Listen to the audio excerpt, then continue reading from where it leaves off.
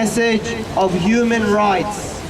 He stood in confidence and said, I have been given a choice between humility and death, and I choose death over humility. This noble message that Imam Hussein stood for cost him a great deal. It cost him to leave his home country. It cost him to leave his beloved ones. It cost him the lives of all his friends and companions. It cost him the lives of all his close family members, including his cousins, brothers, nephews and children. It cost him the life of his beloved 6-month-old baby. It cost him being surrounded by a savage army of 30,000 in the hot deserts of Karbala with no access to food or water. It cost him his life, where he gave it generously for the sake of freedom and humanity, for the sake of fighting oppression. He said, I have not risen to cause corruption or injustice, but I have risen to bring forth righteousness to my grandfather's message. I want to support the truth and fight oppression. Some of you might be wondering, who is Hussein and what is Karbala and why are these people in black and what are they calling for and what do they want? The answer is simple. Hussein is the grandson of the Prophet of Islam, Muhammad.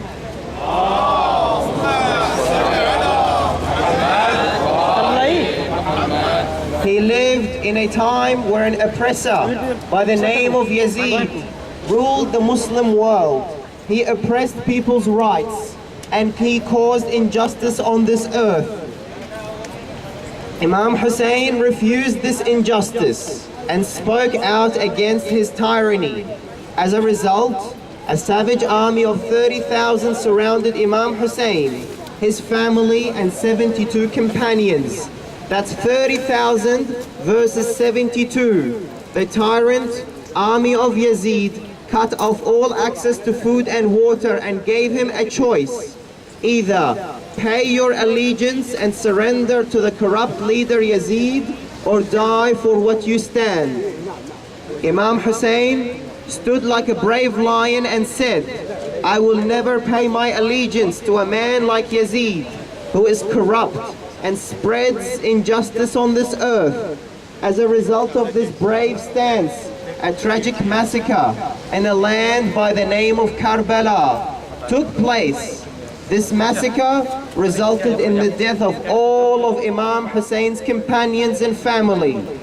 No one was excluded from this massacre, not even a 6-month-old baby who was the son of Imam Hussein. He was shot with an arrow that severed his neck when his father carried him to bid him farewell. Imam Hussein was beheaded and his family were taken as captives of war for more than 40 days. Today, we stand here to mourn this holy soul that was sacrificed for a noble cause. We cry and shout for the oppression that has never occurred before in human history. We want people to recognize this great sacrifice and appreciate that its noble sole objective was so we can all have equal human rights and live in dignity, peace and justice.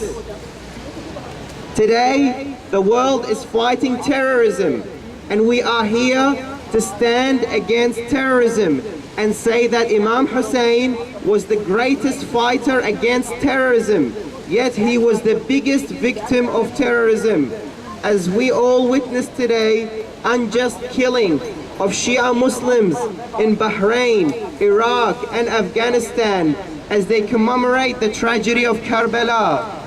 Every injustice carried out against humans is terrorism. It was the aim of Imam Hussein to stop the vile act.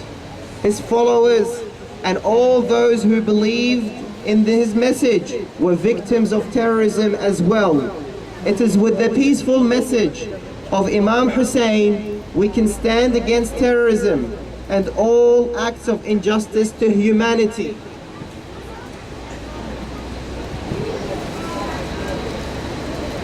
محمد وآل بيت محمد صلوات.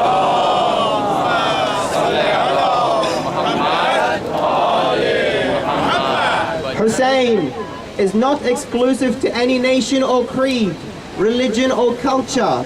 He belongs to any human who seeks freedom, knowledge, wisdom, goodness and justice.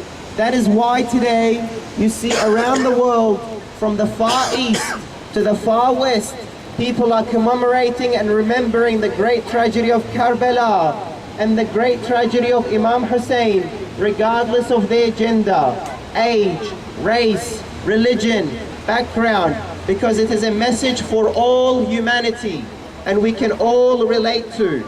That is why today we are here in Brisbane to share this vital message of Imam Hussein with the Australian community, because we believe it is a message that deserves to be recognized and upheld at all times and all places.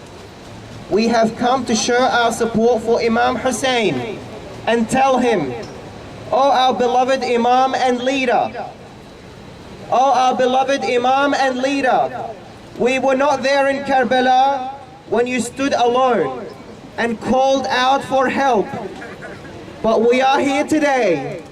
We are here today to spread your message and to show the world how oppressed you were.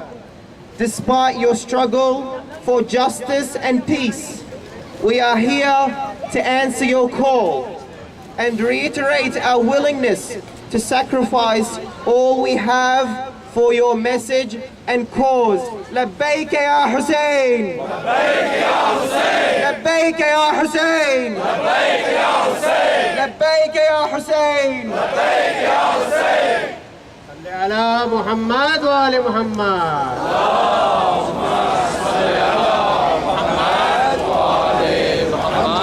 Brothers and sisters, now we will make a move with the procession. It will go through like that. We'll go from straight here, the kids in the front, after the banners, then the gents, and at the end the ladies. Please stay within the road, within the boundaries where we have the permission under the guidance of the Brisbane police. And please don't disperse in the middle of the Jalous, and we will end here with Dua Imam Zamana. We will start the Matam and Latmiya while